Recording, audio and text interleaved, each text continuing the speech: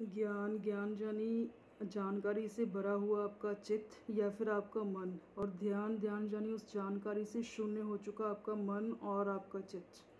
ज्ञान के नाम पर हम सारी ज़िंदगी पता नहीं कितना ही कूड़ा करकट इकट्ठा करते रहते हैं। कभी शास्त्र इकट्ठे कर लिए, कभी शब्द इकट्ठे कर लिए, कभी सिद्धांत इकट्ठे कर लिए, पर ध्यान में हमें वो सब छोड़ने पड़ते हैं। एक उदाहरण से समझने की कोशिश करते हैं। फॉर एग्ज़ाम्पल, एक कमरा है जिसमें पूरी तरह फर्नीचर भरा हुआ है, उसको हम बोल सकते हैं ज्ञान की अवस्था। और दूसरी तरफ अगर आप उस कमरे को उस फर्नीचर से खाली कर दें तो उसको हम बोल सकते हैं ध्यान की अवस्था।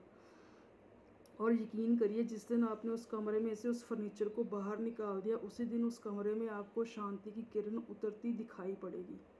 इन शॉर्ट, ज्ञान का नाम है अपने मन को भरते चले जाना कूड़े करकट से, इन्फॉर्मेशन से, और ध्यान का नाम है अपने चित्त को, अपने मन को खाली करना।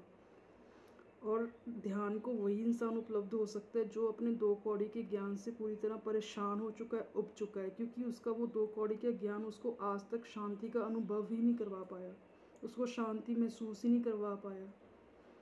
और जिस दिन आपने आज तक जो सीखा है, जो जाना है, आप उसको बुला देने के लिए राजी हो जाते हैं, तो उसी दिन आपको आपका खुद का ज्ञान प्राप्त होता है, यानी आत्म ज्ञान होता है, आत्म स्मृति होती है, जिसको कबीर जी सुरती बोलते हैं। भले आपको सुरती लगानी है, यानी परमात्मा से जुड़ना है, या फिर आपको सच की खोज करनी है, उसके लिए आपको इस ज्ञान रूपी वस्त्र को उतार के ही जाना पड़ेगा, शून्य होकर जाना पड़ेगा उस रास्ते पर। और शून्य हो जाने का नाम ही ध्यान है। ध्यान यानी शून्य हो चुका आपका चित्त या फिर आपका मन, यही ध्यान है।